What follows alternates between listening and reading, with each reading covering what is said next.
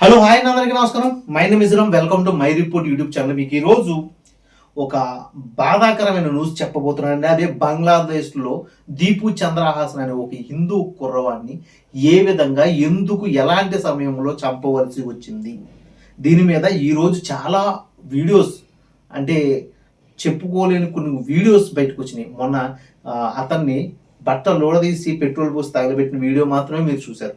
అలా కాకుండా కొత్త వీడియోస్ వచ్చినాయి. దాని గురించి నేను క్లుప్తంగా వివరణ ఇవ్వబోతున్నాను. వీలైతే ఆ వీడియోలు మీకు చూపించబోతున్నాను. ఇంకెందుకు ఆలస్యం, వీడియోలోకి వెళ్ళిపోదామా. దీపు చంద్రహాసన్ ఇతన్ని బంగ్లాదేశ్లో అంత కిరాతకంగా తగలబెడుతూ అక్కడున్న మాప్ గుంపు అంటే ఏంటంటే ఎక్కువ ముస్లిమ్స్ యువత ఉన్న గుంపు అనమాట. ఆ శవం తగలబడుతుంటే వాళ్ళు ఆనందించి కిర్రు కేకలు వేస్తూ వాళ్ళు మొబైల్స్తో వీడియో తీసే విధానం ఏదైతే ఉందో, వాళ్ళ నరాల్లోనూ మతం యొక్క ఆలోచన రీతి ఏ విధంగా ఉందో అది ఎందుకు వచ్చిందో చెప్పాలి అంటే, ఫస్ట్ ఆఫ్ ఆల్ ఈ గొడవకి నాంది మన ఇండియాలోనే స్టార్ట్ అయింది. ఆ ఇండియాలో ఎందుకు స్టార్ట్ అయ్యవలసి వచ్చింది అంటే, మన ఇండియాకి బంగ్లాదేశ్కి ఉన్న రిలేషన్షిప్ 1947లో విడిపోవడం మధ్యలో, అంటే 1950లో విడిపోవడం మధ్యలోంచి స్టార్ట్ అయింది. అంటే అక్కడ ఉన్న బంగ్లాదేశ్ యొక్క ప్రధాని, అప్పుడున్న ప్రధానికి కూతురు షేక్ హసీనా గారు ఎవరైతే ఉందో ఆవిడ్ని మన ఇండియా కాపాడుతుంది. మన ఇండియాలో ఆవిడ రక్షణ కోసం తల దాచుకున్న ఒక శరణార్థురాలు. ఇండియా రక్షణ ఇస్తుంది అంటే ఇండియాలో ఉన్న ఇప్పుడున్న గవర్నమెంట్ ఎక్కువ హిందూయిజానికి సపోర్ట్ ఇస్తుంది అనే ఆలోచన రీతిని బంగ్లాదేశ్లో ఉన్న చాలామంది మత పెద్దలు, లేకపోతే ఇప్పుడున్న గవర్నమెంట్ హిందూ మనకి వ్యతిరేకం, హిందూ యొక్క సమాజం మనకు వ్యతిరేకం అనేసి ఆ ముస్లిమ్స్ యొక్క యువతలు, అంటే మాప్ గుంపుకే కావచ్చు, లేకపోతే జమైకా గుంపుకైనా కావచ్చు, అటువంటి గుంపుకి నరాలోని విషం నింపడం వల్ల ఇదిగో ఇలాంటి తప్పుదం జరుగుతుంది. అదే ఇప్పుడు దీపు చంద్రహాసన్కి ఒక భారమైన సమస్యగా మారింది. అతను ఆ దేశంలో ఒక మైనారిటీ వర్గానికి చెందిన హిందూ అయినా కానీ అతను ఒక ఫ్యాక్టరీలో డిసెంబర్ 18వ తారీఖున 4 గంటలకు ఒక ఫ్యాక్టరీలో వివాదం చోటు చేసుకుంది. అతను కొత్తగా ఫ్యాక్టరీలో అదే ఎప్పటి నుంచి చేస్తున్నాడంట. బట్ ఏంటంటే సూపర్వైజర్ కొత్తగా వచ్చాడు. ఆ సూపర్వైజర్ ముస్లిం. అతనికి ఇతనికి మధ్య జరిగిన వాగ్వేదంలో బ్లసమ్మీ అంటే మీకు అర్థమయ్యేటట్టు చెప్తాను. అది మహమ్మద్ ప్రవక్త, అంటే మీకు తెలుసు కదా, ఖురాన్ బుక్ రాసిన వ్యక్తి మహమ్మద్ ప్రవక్త అని దూషించిన వార్న్ బ్లసమ్మీ అంటారు.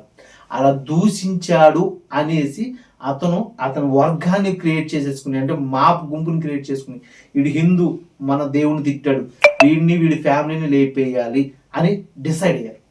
అని డిసైడ్ అయితే అప్పటికే ఇది ఫ్యాక్టరీలో గొడవ వస్తే ఫ్యాక్టరీకి ఎక్కడైనా ఇబ్బంది వస్తుంది అనేసి ఫ్యాక్టరీలో అతను దాచి అతను పోలీసులకు అప్పచెప్పారు. కానీ ఇక్కడ మనకి డిసెంబర్ 18 నుంచి డిసెంబర్ 21వ తారీఖు 22వ తారీఖు వరకు మనకు వచ్చిన వీడియోలు ఏమేమి వచ్చినాయి అంటే, అతను జస్ట్ ఫ్యాక్టరీలో బతిమాలుతున్నట్టు, లేకపోతే అతను బయటికి కొట్టు చంపుకుని తీసుకొచ్చేసి అతను తీసుకెళ్ళి ఒక చెట్టుకి వేలాడదీసి ఒక పెట్రోల్ పోసి తగలబెడుతూ ఆనందంగా ఎర్రి కేకలు పెడుతున్న మాపు గుంపు మాత్రం కనిపించింది. కానీ ఇక్కడ పోలీసులు ఎవరో కూడా స్పందించలేదు. అంటే పోలీసులు అసలు అక్కడికి వచ్చేటప్పటికి ఈ విషయం జరిగిపోయింది అని చెబుతున్న ఇప్పుడు బంగ్లాదేశ్ గవర్నమెంట్ ఏదైతే ఉందో ఇప్పుడు తలదించుకోవాలి. ఎందుకంటే ఇప్పుడు పోలీసులు వాడిని ఆ అబ్బాయిని తీసుకెళ్ళి, దీపు చంద్రహాసన్ తీసుకెళ్ళి ఆ మాప్ గుంపుకి అప్పచెప్పారు అని వీడియోస్ అయితే సర్క్యులేట్ అవుతున్నాయి. మొత్తం యావత్ వరల్డ్ అంతా చూస్తుంది. Shame Bangladesh, shame of your humanity. అది చూడండి సార్, ఆ వీడియోలో ఆ కుర్రోడు బతిమాలుతున్నాడు, నా ఫ్యామిలీ ఏమైపోతుందని. తర్వాత ఆ కుర్రోడిని చంపేసిన తర్వాత, దీపు చంద్రహాసన్ చంపేసిన తర్వాత వాళ్ళ ఇంటికి వెళ్ళి ఒక చిన్నపిల్ల, అతనికి ఒక చిన్నపిల్ల ఉంది, తనను కూడా చంపేశారంట. ఎంతవరకు నీచం! దీని మీద పోలీస్ డిపార్ట్మెంట్ ప్రెస్ మీట్ పెట్టి, అంటే డిసెంబర్ 20వ తారీఖున ప్రెస్ మీట్ పెట్టి వాళ్ళు ఇచ్చిన ఎక్స్ప్రెషన్ ఏంటంటే, RAB 14 అనుకుంటా, అతను మాట్లాడుతూ అతను ఏమంటున్నాడు అంటే, మాకు అసలు పోలీస్ డిపార్ట్మెంట్కి ఈ విషయం తెలిసి లోపే ఫ్యాక్టరీలో ఉన్న సూపర్వైజర్ వీళ్ళందరూ కలిసి అతన్ని మ్యాప్ గుంపుకే అప్పచెప్పేశారు. మ్యాప్ గుంపుకి అప్పచెప్పేస్తున్న వల్ల మ్యాప్ గుంపు అతను తీసుకెళ్ళి చంపేసింది అని చెప్తున్నారు. మీ పోలీస్ డిపార్ట్మెంటే అతను తీసుకెళ్ళి అప్పచెప్పేసింది అని చెప్పడానికి ఆధారాలతో సహా వీడియోలు ఉన్నాయి. దీని మీద బంగ్లాదేశ్ ఏ విధంగా సమాధానం చెప్తుంది రేపొద్దున ఐక్యరాజ్య సమితికి, లేకపోతే ఇంటర్నేషనల్ కోర్టుకి? Shame of Bangladesh, shame of your humanity. దీని మీద ఇప్పుడు ఇండియాలో ఇప్పుడు మైనారిటీ వర్గానికి సంబంధించిన నాయకులు ఎవరైతే ఉన్నారో గుండ్లు చింపుకోమనండి. గతంలో ఒక పాస్టర్ చనిపోయాడు అనేసి, అసలు అతను మందు తాగి యాక్సిడెంట్ అయి చనిపోయాడు అనేసి చాలా మంది మీడియాలో చెప్తున్నారు. పోలీస్ డిపార్ట్మెంట్ కూడా దాన్ని ఫైనల్ చేసినా కూడా ఒక మాజీ ఎంపీ దాని మీద కొన్ని వీడియోలు చేస్తూ దాని మీద ఫండ్ రేజ్ చేసుకుంటూ చివరికి కోర్టులో కూడా కేసు ఓడిపోయినా కానీ అతను అదే నమ్ముతున్నాను అనేసి చెప్పడం, ఓకే, అతను అసలు పాస్ట్ని కొట్టి చంపేశారని మాట్లాడుతున్నారే. ఇది కొట్టి చంపేయడం అంటే, ఇది వీడియో అంటే బంగ్లాదేశ్లో జరిగింది. దాని గురించి మాట్లాడతారా? మాట్లాడలేరు కదా. ఇదండి, ఎప్పుడో మా ఇండియాలో కూడా ఇటువంటి వీడియోలు జరిగినాయి, ఇటువంటి విషయాలు జరిగినాయి. జరగలేదని నేను అంటలా, ఇప్పుడు బంగ్లాదేశ్ని నేను దూషించట్లే. బట్ ఇండియా మారింది. ఇండియాలో చాలామంది హ్యుమానిటీగా బతుకుతున్నారు. హిందూ, ముస్లిం, క్రిస్టియన్ బాయ్ బాయ్ అనుకుంటూ హ్యాపీగా బతికి మధ్యలో ఇదిగో ఈ సోషల్ మీడియా వచ్చి చాలామంది వాళ్ళని రెచ్చగొట్టి కలిపి వాళ్ళని విడగొట్టడానికి ట్రై చేస్తున్నారు. వాళ్ళ డబ్బులు గుంజుకోవడానికి, వాళ్ళ యొక్క ఉనికిని బతికించుకోవడానికి ఇదిగో ఇలాగా మతపరమైన గొడవలు పెడుతున్నారు. ఆ ఇండియాలో కూడా ఇలాంటి గొడవలు దాదాపు 30-40 ఏళ్ళ నుంచి ఉన్నా కానీ అవి ఈ మధ్య రూపుమారిపోతున్నాయి అనుకుంటే ప్రతిసారి కూడా ఇదిగో ఇలాంటి సోషల్ మీడియాలో ఏదో ఒక వీడియోని తీసుకొచ్చి ఇలా హిందూ ముస్లిమ్స్ కానీ, హిందూ క్రిస్టియన్స్ కానీ, ముస్లిమ్స్ క్రిస్టియన్స్ గొడవలు ఉండవండి.